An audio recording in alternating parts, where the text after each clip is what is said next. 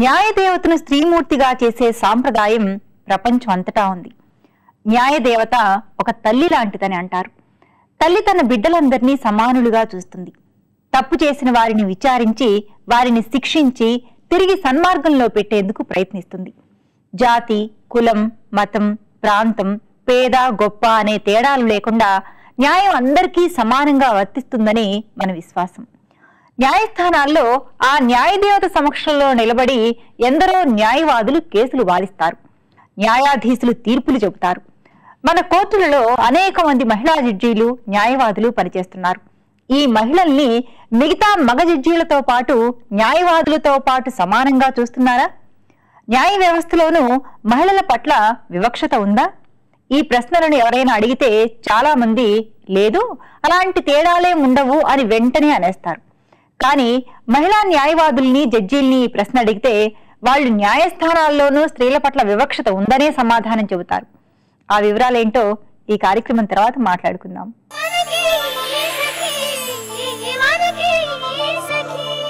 నమస్కారం. మీ సఖీ కార్యక్రమానికి స్వాగతం. సఖులు, ఒక ఆడపిల్లకు వివాహం చేసేటప్పుడు తల్లిదండ్రులు ఎలాంటి జాగ్రత్తలు తీసుకోవాలి, ఈ విషయాన్ని మనకు వివరించడానికి మనతో పాటు ప్రముఖ లాయర్ పార్వతి గారు ఉన్నారు.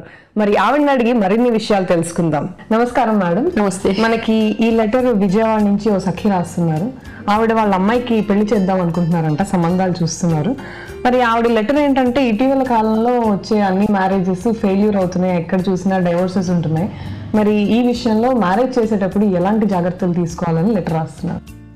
ఇది ఆ సఖికి కాదమ్మా, అందరి సఖులకు కూడా ఎంతో ఉపయోగము. ఎందుకంటే ఇటీవల కాలంలో ఒక అమ్మాయికి వివాహం చేయాలంటే అనేక రకాలుగా ఆలోచించాల్సి వస్తుంది. ఇందాక ఆ సఖి చెప్పినట్లు చాలా వివాహాలు కూడా ఫెయిల్యూర్ అయిపోతున్నాయి. అంటే ఆడపిల్లలు పెళ్లి చేసుకున్న తర్వాత మోసపోయామని తెలుసుకోవడం కానీ, లేకపోతే ఈ డౌరీ హెరాస్మెంట్కి లోన్ అవ్వడం కానీ, అబ్బాయి గురించి ఎన్నో విషయాలు తెలిసి అంతకుముందు మాకు చెప్పలేదండి అని చెప్పడం కానీ అందరూ కూడా బాధపడుతూ ఉన్నారు. కాబట్టి వివాహం చేయాలంటే, ఒకప్పుడైతే వివాహ సంబంధాలు కుదర్చడానికి మనకు పెళ్ళిళ్ళ పేరేయాలని చెప్పేసి వీళ్ళు మీడియేటర్స్ ఉండేవాళ్ళు అనమాట. వాళ్ళందరూ కూడా ఇరు కుటుంబాలకు చెందినటువంటి సన్నిహితులైన వ్యక్తులే. ఆ రకంగా వివాహ సంబంధాలు చూస్తూ ఉండేవాళ్ళు. మరి తర్వాత అంటే ఇంకా ఎక్కువగా బంధువుల్లో కొంతకాలం వివాహాలు జరుగుతూ ఉండేవి. అంటే మేనత్త పిల్లలు, మేనమామ పిల్లలు అట్లా. కాబట్టి ఒకరి కుటుంబం గురించి ఒకరి కుటుంబానికి క్షుణ్ణమైన ఒక అభిప్రాయం వాళ్ళకు ఉండేది. అన్నీ కూడా తెలిసేవన్నమాట. మరి ఇటీవల కాలంలో వచ్చినటువంటి సంస్కృతి మారిపోయింది. ఇప్పుడు మనకు మ్యారేజ్ బ్యూరోల ద్వారా మనం వివాహాలు సంబంధాలు కుదుర్చుకుంటున్నారు. ఇంకా మరి కొంతమంది అయితే మరి ఈ నెట్లో చూసుకొని వివాహాలు చేసుకుంటున్నారు. మెయిల్స్ ఇచ్చుకొని స్నేహం చేసుకొని వివాహాలు చేసుకుంటున్నారు. ఎనీహౌ చేసుకోవడం తప్పు లేదు.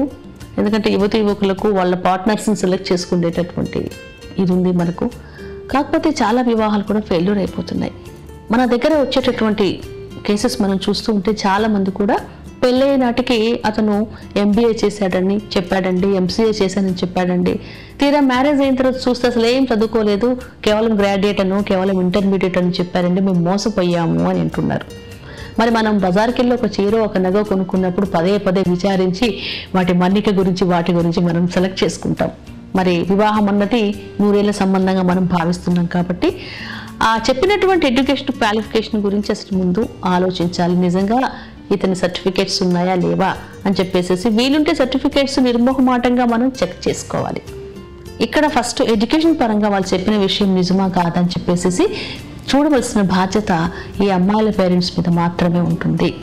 తర్వాత ఇంకా కొంతమంది ఏం చేస్తారంటే, అబ్బాయి చాలా పెద్ద జాబ్ చేస్తున్నాడంటే, IT జాబ్ చేస్తున్నాడు, మంచి శాలరీ డ్రా చేస్తున్నాడు అని చెప్తారు. ఈ విషయంలో కూడా మోసపోతున్నారు ఆడపిల్లల తల్లిదండ్రులు, ఆడపిల్లలు అనమాట. మరి నిజంగా ఉద్యోగం ఉన్నదా, నిజంగా ఉద్యోగం చేస్తున్నాడా, చేయలేదని చెప్పేసి సింపుల్ వర్క్ అండి. ఈరోజు రేపు చాలా ఈజీగా మనం కనిపెట్టచ్చు. పలానా సంస్థలో పలానా వ్యక్తి ఉద్యోగం చేస్తున్నాడా, ఎలాంటి ఉద్యోగం చేస్తున్నాడు అని చెప్పేసి అది ఒకటి తేల్చుకోవాలి. ఇంకా నెక్స్ట్ విషయం ఏంటంటే, ఆస్తిపాస్తుల విషయం దగ్గరికి వచ్చేసరికి మాకు ఆ ఊర్లో అంత ప్రాపర్టీ ఉంది, ఈ ఊర్లో ఇంత ప్రాపర్టీ ఉంది అని చెప్పేసి చెప్తే వీళ్ళు నమ్ముతారు. ఏదో ఊరు బయటకు తీసుకెళ్ళి కనిపించే పొలం అంతా మాదేనో, కనిపించే స్థలం అంతా మాదే అని చెప్తే వీళ్ళు ఏమీ లేకపోయినా కూడా ఆహా ఇంత ఉంది అంత ఉంది, ఆ ఇల్లు వీళ్ళదంతా ఏమైనా వాళ్ళని చెప్పి మోసపోతున్నారు. తీరా చూస్తే ఏమీ ఉండట్లేదు.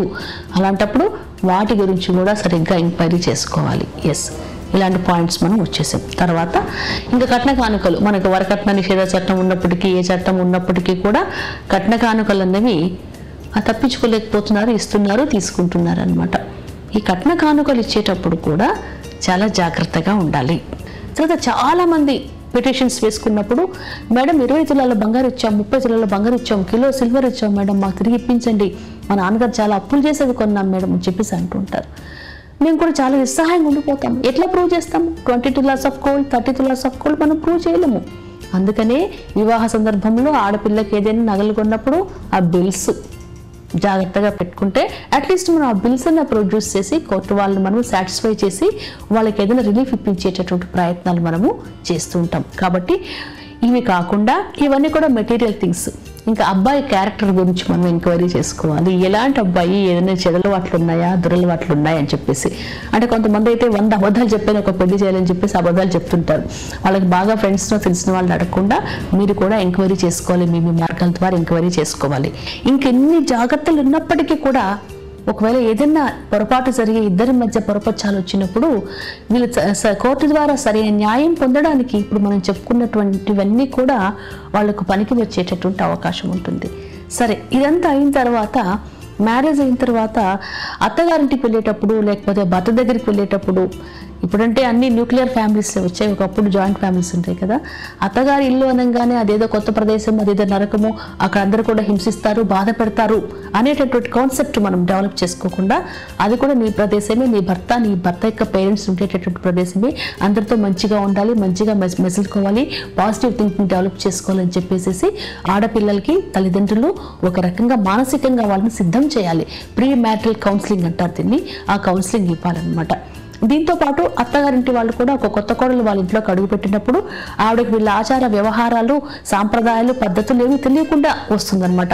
కాబట్టి ఆ అమ్మాయిని కూడా సాధారణంగా ఆహ్వానించేటటువంటి, వాళ్ళలో కలుపుకునేటటువంటి వాతావరణాన్ని అత్తింటి వారు కూడా ఏర్పరచుకున్నప్పుడు మాత్రమే ఒక జంట వివాహం అయిన తర్వాత వాళ్ళు సక్సెస్ఫుల్ భార్యాభర్తలుగా వాళ్ళ జీవితాన్ని గడిపేటటువంటి అవకాశం ఉన్నాయి. కాబట్టి ప్రతి స్టెప్ కూడా పేరెంట్స్, అమ్మాయి పేరెంట్ ఎస్పెషల్లీ ఎంక్వైరీ చేసుకొని తొందరపడకుండా, అంటే పొద్దున్న పెళ్లి చూపులు, సాయంకాలం మ్యారేజ్, మరుసటి రోజు విడాకులు కాకుండా తొందరపడకుండా ఇది జీవితాంతం కలిసి ఉండేటటువంటి బంధం. కాబట్టి ఇలాంటి జాగ్రత్తలు తీసుకున్నప్పుడు మాత్రమే ఈ వివాహ బంధం అన్నది పటిష్టంగా ఉంటుంది. ఇప్పుడు మేడం, మరి పెళ్లి చేసుకున్న వెంటనే ఒక 2 రోజులకో 3 రోజులకో అసలు నాకు పెళ్లి చేసుకోవాలని లేదు, ఏదో ప్రెషర్ మీద మా అమ్మ చెప్పింది కాబట్టి చేసుకున్నాను, నాకు ఇప్పుడు వద్దు, విడాకులు కావాలి, అలాంటి సిచ్యువేషన్స్ లో మరి లీగల్ హెల్ప్ ఎలా ఉంటుంది? ఇలాంటి సిచ్యుయేషన్లో అమ్మ అప్పటిదాకా మరి ఎంతవరకు కాము ఉండి మరి అమ్మ నాన్న బలవంతం చేశారు నాకు వద్దని చెప్పడము, అది ముందు అమ్మ నాన్న కూడా చెప్పింటే వాళ్ళే పెళ్లి కాకుండా చూసేవాళ్ళు అనమాట. ఎనీహో వాళ్ళ మాట వినాలి, వీళ్ళని బాధ పెట్టాలని చెప్పేసి చేస్తున్నారు. పాప ఆడపిల్ల ఇలాంటి విషయాల్లో విక్టిమ్ అయిపోతున్నది. మరి ఇలాంటి సందర్భాల్లో తను కేసు పెట్టేటటువంటి అవకాశం ఉందన్నమాట. క్రిమినల్ బ్రీచ్ ఆఫ్ ట్రస్ట్ అని 420 అని చెప్పేసి మోసం చేశారని చెప్పేసి కేసు పెట్టే అవకాశం ఉన్నది. అంతేకాకుండా కాకపోతే ఇందాక మీరు అడిగినట్లు నాకు ఇష్టం లేదు, మనం విడాకులు తీసుకుందామని చెప్తే విడాకులు ఇచ్చే అవకాశం లేదండి. ఎందుకంటే పెళ్ళైన సంవత్సరం తర్వాత మాత్రమే విడాకులు తీసుకునేటటువంటి అవకాశం ఉంటుంది. సంవత్సరం లోపల విడాకులు పొందేటటువంటి అవకాశం లేదు. ఒకవేళ ఉన్నప్పటికీ కూడా అవి చాలా ఎక్సెప్షనల్ కండిషన్లో మాత్రమే విడాకులు ఇస్తారు తప్ప ఇలాంటి ఇష్టం లేకుండా చేసుకున్నాము, బలవంతం మీద చేసుకున్నాము అంటే మాత్రం చెల్లదు. సంవత్సరం ఆగిన తర్వాత మాత్రం విడాకులకు వేసుకోవచ్చు.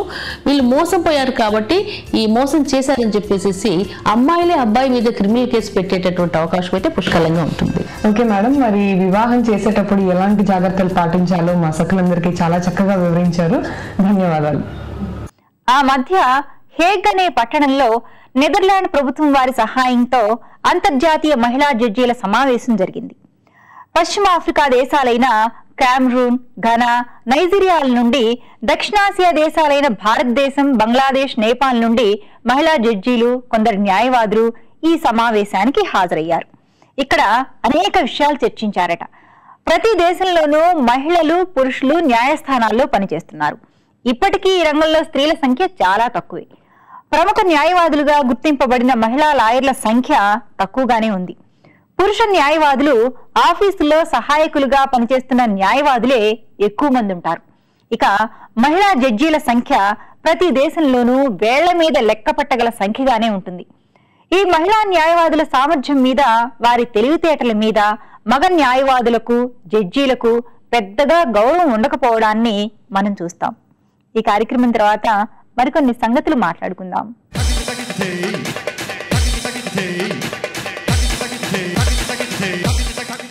నమస్కారం, వంటల సందడి కార్యక్రమానికి స్వాగతం.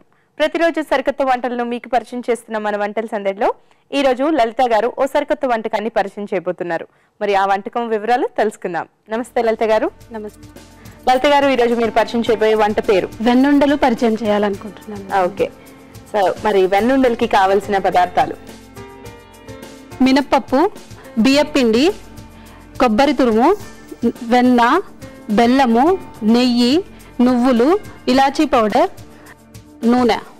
ఓకే, మరి కావాల్సిన పదార్థాలు చూసాం. ఫస్ట్ ప్రాసెస్ ఎలా స్టార్ట్ చేస్తాము? కడాయి పెట్టండి. ఓకే, ఫస్ట్ మినప్పప్పు కొంచెం సేపు వేయించుకోవాలి. మినప్పప్పు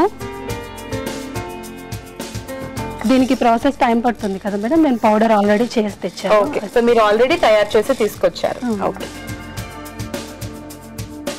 మినప్పప్పు మనం దూరగా వేయించుకొని దాన్ని చల్లారాక మిక్సీ పట్టుకొని జల్లించిన పిండి ఇది కదండి. ఓకే, సో దీంతో మనం ప్రాసెస్ చేస్తున్నాం. ఇంకో కడాయి. ఓకే, సో మరి మనం వేరే కడాయి పెట్టుకున్నాం. సో ఇప్పుడు బాండి పెట్టుకున్నాం. బాండీలో ఫస్ట్ ఏం వేసుకుంటాం? ఇప్పుడు బెల్లం పాకం పట్టుకుందాం. సరే, 1 కప్పు బెల్లము, కొంచెం వాటర్ వేయాలా? 1/2 కప్పు వాటర్. 1/2 కప్ చాలా చాలు.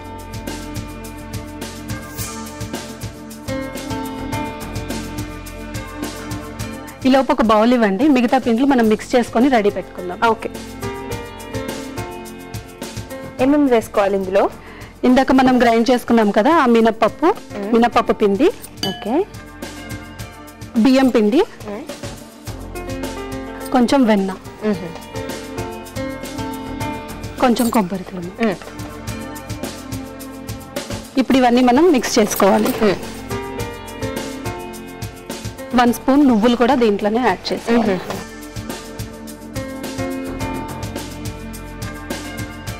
చాలు మేడం, ఇప్పుడు పౌడర్ వేస్తుంటాను, మీరు కలపండి. ఓకే, సో ఈ పౌడర్ మనం దీంట్లో వేసుకుంటూ ఉండలు కట్టకుండా కలుపుతూ ఉండండి. సరిపోతుందా? సేమ్ సున్నుండలు వాసనే వస్తుంది. మినప్పప్పు ఉంది కదా మేడం దీంట్లో.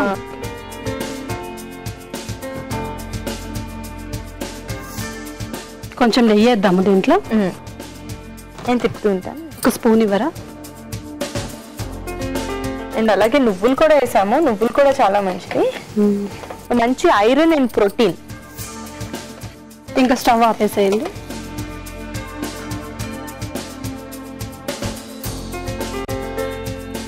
ఇది కొంచెం చల్లారాక ఉండలు చేసుకొని డీప్ ఫ్రై చేసుకుంటే అయిపోతుంది. ఓ, ఇది డీప్ ఫ్రై కూడా చేసుకుంటామా ఇప్పుడు? ఓకే ఓకే, సో ఇది చల్లారే వరకు వెయిట్ చేద్దాము. ఓకే, ఇది ఒక ప్లేట్ లో తీసుకుందామండి. ఓకే, వేసేయండి.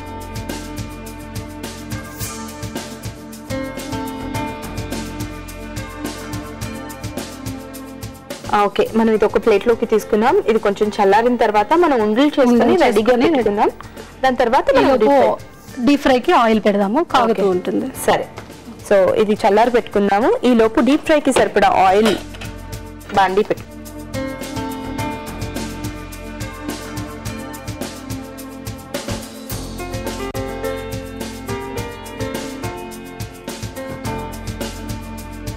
ఆయిల్ కాగేలోపు అది చల్లారుతుంది. సో అప్పటి వరకు మనం వెయిట్ చేద్దాం. నూనె కాగిపోయింది, అలాగే ఇది కూడా చల్లారిపోయింది. సో ఇక మనం ఉండలు చేసుకుందాం. ఓకే, ఏ సైజు ఉండలు చేసుకోవాలి? మీడియం సైజ్ మీద. ఓకే, మరీ చిన్నవి కాకుండా మరీ పెద్దవి కాకుండా కొంచెం ఒక చిన్న ప్లేట్ ఇచ్చి. ఓకే,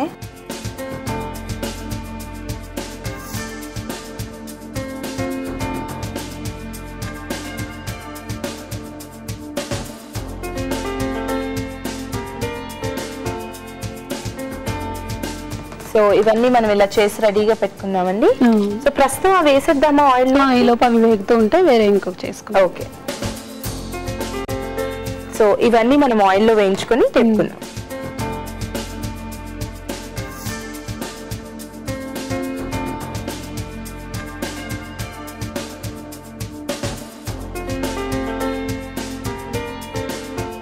కొంచెం వేగిన తర్వాత కదిలిస్తే విడిపోకుండా చక్కగా రౌండ్గా ఉంటుంది. ఓకే ఓకే, సో మనకు కావాల్సిన కలర్ లో మంచిగా వేగినట్టున్నాయి. వేగినాయి మేడం, తీసేయండి ఇంకా. ఓకే,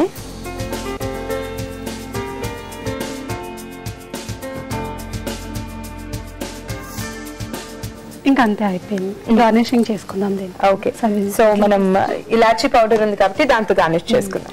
సర్వింగ్ ప్లేట్ ఇవ్వండి. ఓకే,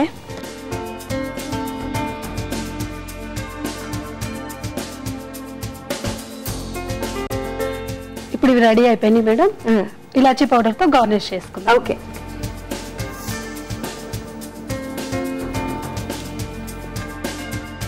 వేడి వేడి వెన్నుండలు రెడీ. టేస్ట్ చేసి చెప్పండి ఎలా ఉన్నాయో. తప్పకుండా అండి.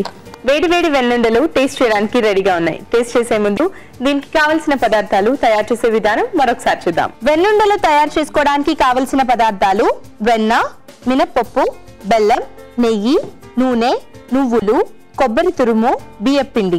వెన్నుండలు తయారు చేసుకునే విధానం: ముందుగా ఒక బాండీ తీసుకున్నాక అందులో మినపప్పు వేయించుకొని మెత్తగా పిండి చేసుకోవాలి. ఇప్పుడు ఒక బౌల్ తీసుకొని 1 కప్పు మినప్పిండికి 1 కప్పు బియ్యపిండి వేసుకొని వెన్న, సరిపడా కొబ్బరి తురుము, నువ్వులు వేసుకోవాలి. ఇప్పుడు స్టవ్ మీద బాండీ పెట్టుకున్నాక బెల్లం వేసుకొని కొద్దిగా నీళ్లు పోసుకొని పాకం పట్టుకోవాలి. మనం ఇంతకు ముందే రెడీ చేసుకునే మిశ్రమాన్ని పాకంలో కలుపుకొని దగ్గర పడే వరకు కలుపుకోవాలి. తర్వాత ప్లేట్ లోకి తీసుకొని చల్లారి పెట్టుకోవాలి. ఇప్పుడు స్టవ్ మీద మరో బాండీ పెట్టుకొని డీప్ ఫ్రై కి సరిపడా ఆయిల్ పెట్టుకొని చల్లారాక చిన్న చిన్న ఉండలుగా చేసుకొని గోల్డెన్ బ్రౌన్ కలర్ లో ఫ్రై చేసుకోవాలి. డీప్ ఫ్రై చేసుకున్న వెన్నుండలను సర్వింగ్ ప్లేట్ లోకి తీసుకొని ఇలాచీ పౌడర్ తో గార్నిష్ చేసుకుంటే ఎంతో రుచిగా ఉండే వెన్నుండలు టేస్ట్ చేయడానికి రెడీ. వెన్నుండలకి కావాల్సిన పదార్థాలు, తయారు చేసే విధానం చూసాం కదా. ఇప్పుడు టేస్ట్ చేసి ఎలా ఉందో చెప్తాను.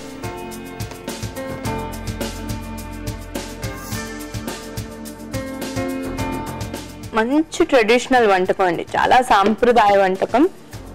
పండగలప్పుడు చాలా బాగుంటుంది.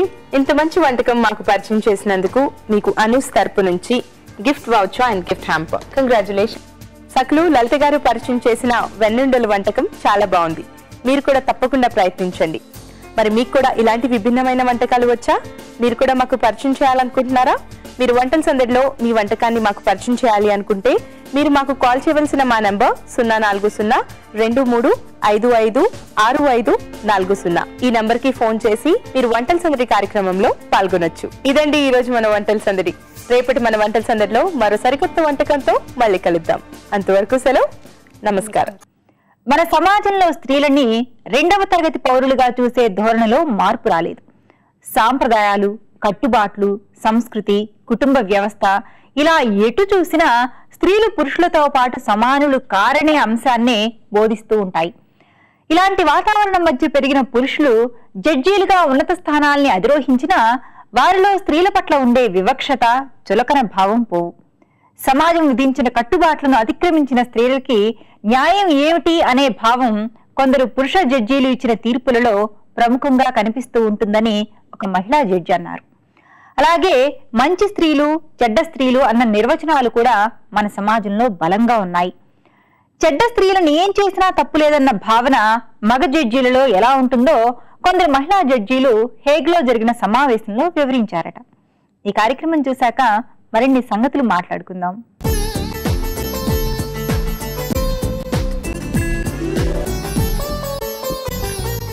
నమస్కారం. కళాసౌరభం కార్యక్రమానికి స్వాగతం. సకులు, ఈరోజు మనం హరికథ కళాకారిణి బి సుశీలాదేవి గారితో ఉన్నాం. మరి ఈనాటి కళాసౌరభం కార్యక్రమంలో ఆమె ఒకసారి పలకరిద్దాం. నమస్కారం సుశీలాదేవి గారు.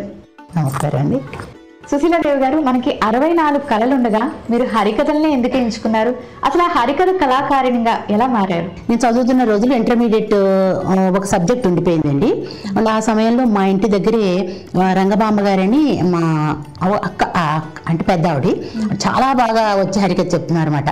లేదంటే అది విని మా అక్క సుశీ కూడా గొంతు చాలా బాగుంటుంది కదా, హరికథ నేర్పిద్దాం నాన్న అని చెప్తే మా నాన్నగారితో సరే అని చెప్పేసి మా నాన్నగారు వెంటనే మా గురువు గారు దుర్గాంబ భవతారని భీమవరంలోనే ఉంటారు, ఆవిడ దగ్గర తీసుకెళ్తే ఆమె వెంటనే ఏం చేశారు, శృతి ఫస్ట్ ఏంటంటే హరికథకి శృతి లయ చాలా ఇంపార్టెంట్ అనమాట. అది పాడమన్నారు. పాడమంటే అది మనకేదో ఏ నాటికైనా ఈ మూగవేనా అని ఒక చిన్న పాట పాడితే ఆవిడ చాలా నచ్చేసి ఇంకా నాకు ప్రవేశం ఇచ్చారన్నమాట. ఇస్తే ఇంకా అక్కడ ఆవిడ దగ్గర నేర్చుకోవడం మొదలుపెట్టానండి. అయితే మీరే ఫస్ట్ ఇలా హరికథలో ప్రవేశించారా, లేకపోతే మీ వంశంలో ఇంకెవరైనా హరికథలు చెప్పేవారు ఉన్నారా? లేరండి, మా మొత్తం అందరిలో నేను ఒక్కదాన్ని. మీరు ఒకలే. సో మరి మీకున్న ఇంత చక్కటి కళని ఒక హరికథ చెప్తూ మా సకలందరికీ వినిపిస్తారా?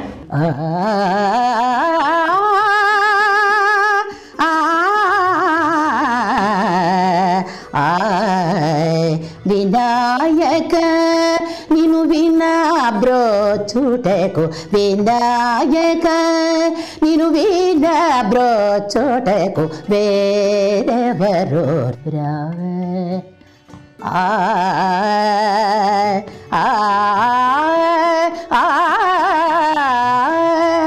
అనరత్నము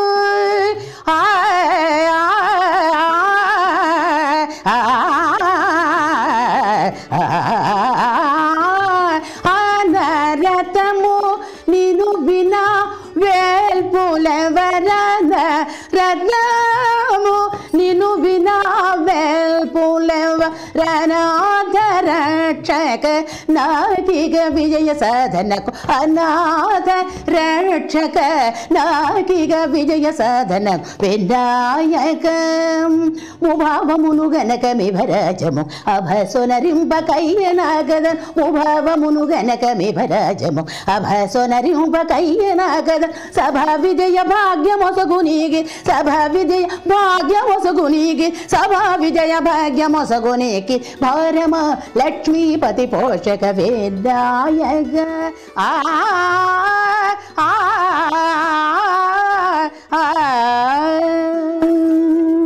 సుశీలాదేవి గారు, మరి ఎన్ని సంవత్సరాల నుంచి మీరు హరికథలు చెప్తున్నారు? ఎన్ని ప్రదర్శనలు ఇచ్చారు? ఇది ఇంటర్మీడియట్ సబ్జెక్ట్ అన్నది అప్పుడు స్టార్ట్ చేశాను.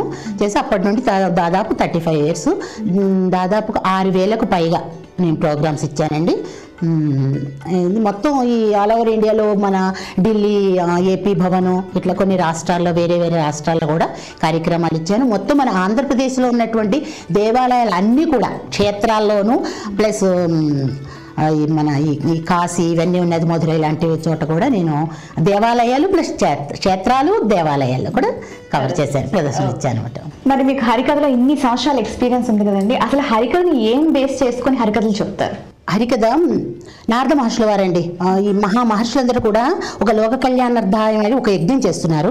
యజ్ఞం చేస్తుంటే యజ్ఞం ఆ సమయంలో ఈ సంగీత సాహిత్యానికి దిట్ట అయినటువంటి ఆయన నారద మహర్షుల వారు వచ్చారన్నమాట వీళ్ళకి. అప్పుడు వీరంతా కూడా ఆయనకి ఆర్ఘ్యపాద్యాదులతో పూజించి, స్వామి సంగీత సాహిత్యాలతో అభినయాలతో నాట్యంతో మిళితమైనటువంటి ఒక హరికథ చెప్పరా అని అంతా ముళ్ళందరూ అడిగారన్నమాట. అడిగితే వెంటనే ఆయన మొట్టమొదటిసారిగా మనకు హరికథ ఏమిటంటే నారద మహర్షుల ద్వారానే వచ్చింది. ఆయన ధ్రువుని యొక్క చరిత్ర, హరిభక్తుడైనటువంటి ధ్రువుని చరిత్ర ఆయన మొదలుపెట్టారు.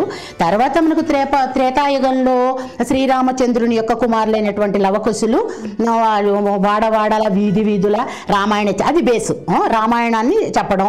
తర్వాత మళ్ళీ మనం ద్వాపర యుగంలోకి వచ్చామంటే ద్వాపర యుగంలో సుఖ మహర్షి, సూత మహర్షి వీరంతా కూడా చెప్పడం. మనం ఇప్పుడు కలియుగంలో ప్రస్తుతం మన కలియుగంలో వచ్చిన తర్వాత అన్నమాచార్యులు, రామదాసులు వారు, మళ్ళీ చాగయ్య వీరంతా వాగ్గేయకారులందరూ కూడా వారు కూడా హరికథ గానం చేసినట్టు మనకి వస్తుంది. సో మీకు ఇష్టమైన హరికథ గురించి చెప్పండి. అలాగే ఇప్పుడు మీరు ప్రస్తుతం ఆ హరికథలో ఎక్కువగా దేని గురించి చెప్తూ ఉంటారు జనాలు?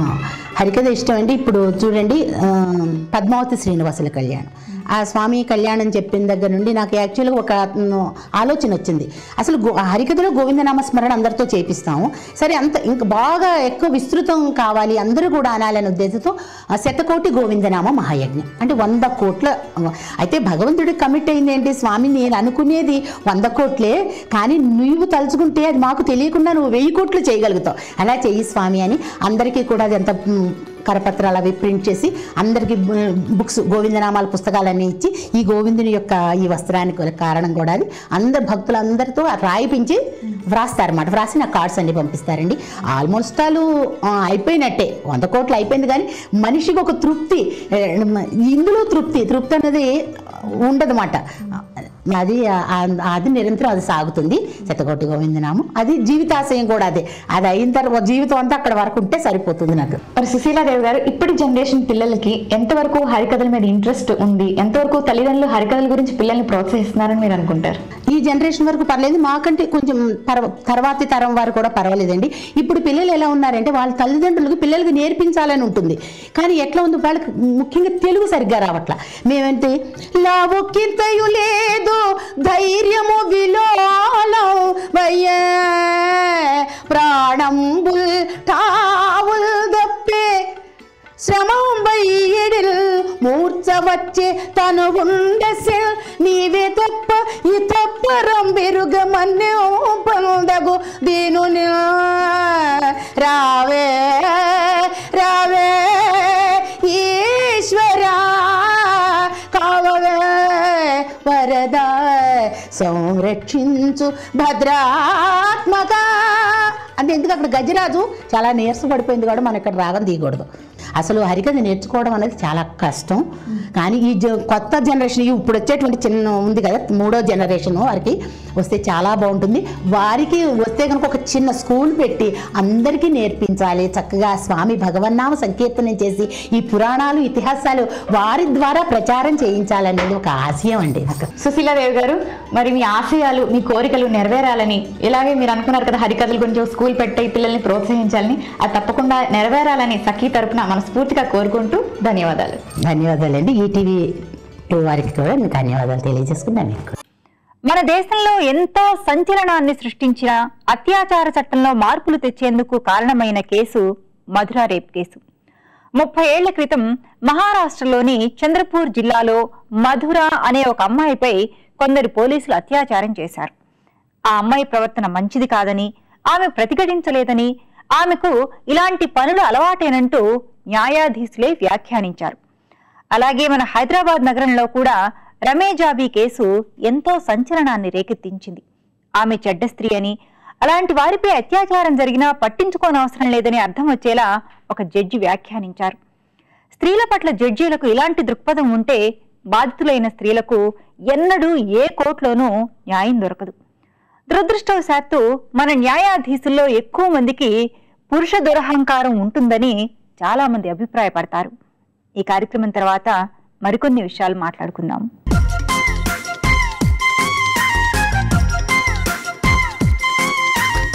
నమస్కారం. చూడండి చేయండి కార్యక్రమానికి స్వాగతం. ఈనాటి చూడండి చేయండి కార్యక్రమానికి పద్మావతి గారు గెస్ట్ గా వచ్చారు. మరి పద్మావతి గారు మనకి క్లాత్ తో ఫ్లవర్స్ తయారు చేసుకుని చక్కటి దండ ఎలా తయారు చేయాలో తెలియజేస్తానంటున్నారు. మరి అసలు ఆ పువ్వులు ఏంటి, వాటిని ఎలా తయారు చేయాలి, దానికి కావాల్సిన వస్తువులు ఏంటో తెలుసుకోవాలనుకుంటున్నారా? మరి అయితే ముందుగా మనం పద్మావతి గారికి స్వాగతాన్ని చెప్పేస్తూ అది ఎలా తయారు చేయాలో తెలుసుకుందాం. నమస్కారం పద్మావతి గారు. హాయ్ విషయ. హలో అండి. సో పద్మావతి గారు, ఈ రోజు మన చూడండి చేయండిలో సకులందరికీ క్లాత్ తో ఫ్లవర్స్ తయారు చేసుకుని ఒక చక్కటి దండ ఎలా తయారు చేయాలో చెప్తా అన్నారు. అది ముందుగా దానికి కావాల్సిన వస్తువులు ఏంటో చెప్తారా? Different colours of cloth, needle and thread, scissor, 1 paper. So Padmavathi garu కావాల్సిన వస్తువులు అన్ని చెప్పేశారు కదా, ఇప్పుడు ఎలా తయారు చేయాలో చూపిస్తారా? ఫస్ట్ క్లాత్ కట్ చేసుకోవాలమ్మా. క్లాత్ కట్ చేసుకోవాలంటే మనకి పర్ఫెక్ట్ మెజర్మెంట్ కావాలి. ఓకే. సో మనం ఏం చేయాలంటే ఫస్ట్ ఒక న్యూస్ పేపర్, ఒక ఐడియాగా మనకి ఎంత కావాలనేది న్యూస్ పేపర్ కట్ చేసుకుని ఇలా కట్ చేసుకోవాలి. క్లాత్ కూడా ఇలాగే కట్ చేసుకోవాలి.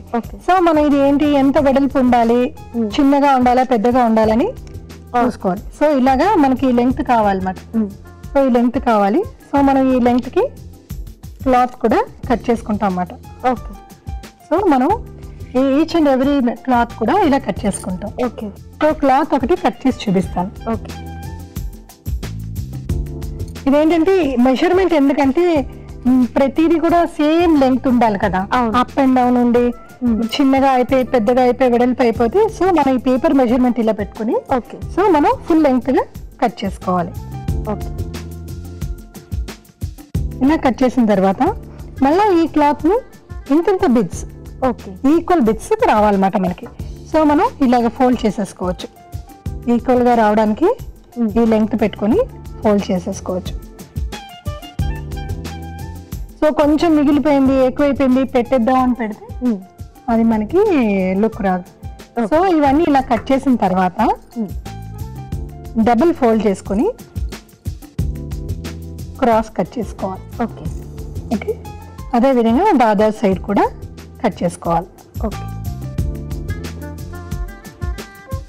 సో ఇలా అన్ని కలర్స్ లో కట్ చేసుకొచ్చాను, అవి ఎలా గుచ్చాలో చూపిస్తాను. ఓకే ఇలాగ 4 pieces of colours of cloth cut చేశాను. ఓకే. సో నేను వీటిని ఇదేంటంటే 1 ఫోల్డ్ ఇన్సైడ్ 2 ఫోల్డ్స్ ఇలా ఇన్సైడ్ చేసుకుని ఓకే గుచ్చేసుకోవాలి అంతే. ఓకే, ఇంకేం లేదు, ఇంకేం ఫోల్డ్ ఇంకేం ఫోల్డ్ లేదు అంతే. ఇది లోపలికి వెళ్ళిపోతుంది. ఇది ఇలాగ మనకి దండ ఎంత పెద్దది కావాలంటే అది మన మెజర్మెంట్ ఆ లెంత్ క్లాత్ ఓకే కలర్స్ మనం అన్ని కలర్స్ పెట్టుకున్నాం కదా, ఈక్వల్ డిస్టెన్స్ కావాలి, ఈక్వల్ లెంగ్త్ అలా చూసుకుని గుచ్చుకోవడమే. Okay okay.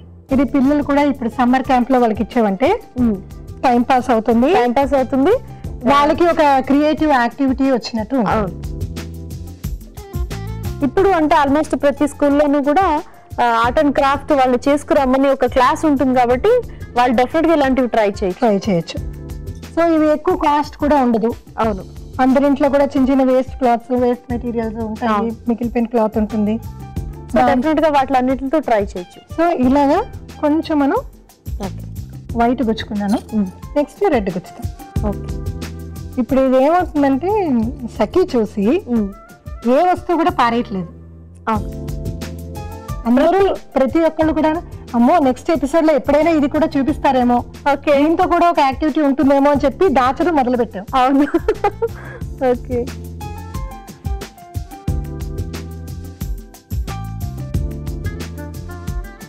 సో ఇలా మనం ఇప్పుడు గ్రీన్ మనకి ఎలా కావాలనుకుంటే అలాగా ఓకే మనకి నచ్చినట్టు మనం గుచ్చుకోవాలి. ఓకే. ఒక్కొక్కటి అంటే ఎన్ని రేఖలు వచ్చేట్టుగా పెడుతున్నారు మీరు? ఎన్ని రేఖలు అంటే ఇది మెజర్మెంట్ చేసుకుంటూ ఫింగర్ మెజర్మెంట్ చేసుకున్నా సరిపోతుంది. మనం ఇందులో ఎన్ని కలర్స్ అయినా ఈవెన్ ఇప్పుడు శారీస్ లో కానీ డ్రెస్సెస్ లో కానీ ఎక్కడైనా మనకి కొన్ని డిజైన్ పీసెస్ మిగిలిపోతుంది, అవి కూడా పెట్టుకోవాలి. అవి కూడా మధ్యలో వేస్తూ ఉంటే మనకి ఇంకా కలర్ఫుల్ గా కనిపిస్తుంది. ఇలా ఆల్టర్నేట్ గ్రీన్ అయిపోయింది కదా, మళ్ళా మనం white, red, yellow, green okay అలాగా. ఓకే. సో మళ్ళీ అలా 3 రంగులు మనకి ఎంత పొడుగు కావాలంటే అంత పొడుగు చేసుకోవచ్చు. ఓకే, చాలా బ్యూటిఫుల్ గా ఉంది చూడడానికి చక్కగా. అంటే మన సడన్ గా ఇలా చూపించామంటే ఇదేదో కలర్ఫుల్ గా ఉండే నిజమైన పువ్వేమో అనుకుంటారు. ఈ పువ్వుతోనే మనం ఏం చేసామంటే కళ్ళ పెట్టుకునే పువ్వులా కూడా చేసుకోవచ్చు. బ్యాండ్ వేసుకుంటే ఇప్పుడు ఆర్టిఫిషియల్ ఫ్లవర్స్ కూడా ఫ్యాషన్ అయిపోయింది. క్లిప్స్ మీద వస్తున్నాయి, బ్యాండ్స్ మీద వస్తున్నాయి, చాలా రకరకాలు వస్తున్నాయి. సో ఇది అలా కూడా వాడుకో. ఓకే, ఒక రకంగా మల్టీపర్పస్. ఓకే. సో పద్మ గారు, ఇలాంటి పూల దండ మీరు ఆల్రెడీ తయారు చేసి తీసుకొచ్చారా? ఓకే, మన సకలకి చూపిస్తారా ఉషా? సో నేను ఇది double colour red and white కలిపి ఒకేసారి క్లాత్ పెట్టుకునేటప్పుడే 2 క్లాత్లు పెట్టి ఫోల్డ్ చేసి కుచ్చేసి అనమాట. సో ఈ లెంగ్త్ ఇది, మళ్ళీ వైట్, మళ్ళా గ్రీన్ అండ్ వైట్, మళ్ళా వైట్, మళ్ళీ వైట్ అండ్ ఎల్లో, మళ్ళా వైట్, మళ్ళీ ఇక్కడ ఏం చేశానంటే ఎల్లో, గ్రీన్, రెడ్ విడివిడిగా చిన్నగాను, మళ్ళా సేమ్ కలర్ ప్యాటర్న్ ఇక్కడ. సో మనం ఏంటంటే మనం దండ గుచ్చుతున్నప్పుడు కూడా ప్యాటర్న్ కొంచెం ఆలోచించుకుని మైండ్ లో పెట్టుకుని గుచ్చితే బాగుంటుంది. నెక్స్ట్ ఏం చేశానంటే ఇక్కడ చిన్న బెల్స్ పెట్టాను. ఓకే. ఈ బెల్స్ ఏంటంటే డోర్స్ పెడతాం కదా, హాల్ రూమ్ డోర్ పెడితే గాలికి చప్పుడవుతుంది, ఇది ప్లెసెంట్ గా కూడా ఉంటుంది. చాలా బ్యూటిఫుల్ గా ఉందండి.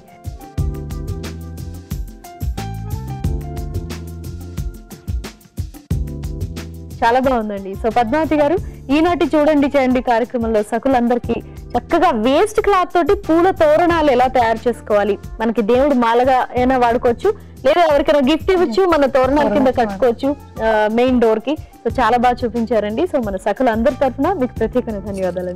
Thank you. ఒక కేసులో ఒక మహిళా జడ్జి మరో పురుషుడు జడ్జి కలిసి తీర్పు చెప్పాల్సి వచ్చింది. ఒక మహిళ ఉదయమే కాఫీ తాగేందుకు కాఫీ షాప్ కు వెళ్తుండగా రోడ్డు పైన ఒక హత్య జరగడాన్ని ఆమె చూసింది. ఆమెను కోర్టులో సాక్షిగా ప్రవేశపెట్టినప్పుడు ఆమె తానేం చూసిందో కోర్టు వారికి చెప్పింది. వెంటనే మగ జడ్జి ఆమె చెప్పింది పట్టించుకోకుండా, అంత పొద్దుటే ఒక స్త్రీవై ఉండి కాఫీ తాగేందుకు బయటకు వెళ్ళావని చెబుతున్నావు, మంచి స్త్రీలెవరో అలా బజారుకెళ్ళి అదీ పొద్దుటే వెళ్లి కాఫీలు తాగరు, నాకు తెలిసిన స్త్రీలంతా ఇళ్లలోనే కాఫీలు పెట్టుకు తాగుతారు, కాబట్టి నువ్వు దొంగ సాక్ష్యం చెప్తున్నావు అంటూ తిట్టాడట. అప్పుడు ఆ మగ జడ్జి పక్కనే కూర్చున్న మహిళా జడ్జి కల్పించుకొని, పొద్దుటే వాకింగ్ కెళ్ళి కాఫీ హౌస్ లో కాఫీ తాగడం నాకు అలవాటుంది, మీ దృష్టిలో నేను కూడా చెడ్డ స్త్రీనే అన్నమాట అంటూ ఆ మగ జడ్జిని తులిపేసిందట. ఇలాంటి దృక్పథం మగవారికే కాదు, ఎందుకంటే వాళ్లపైన సమాజంలోని వివక్షతల ప్రభావం ఉంటుంది కాబట్టి స్త్రీల సమస్యల పట్ల, సమానత్వం పట్ల అందరు జడ్జీలకి పాఠాలు తీసుకోవడం అవసరం. సరే, మరి వాటి సఖీ కార్యక్రమాలపై మీ అభిప్రాయాలు, సూచనలు మాకు తెలియజేస్తారు కదూ. మా చిరునామా Sakhi, ETV 2, Ramoji film city, Hyderabad 501512.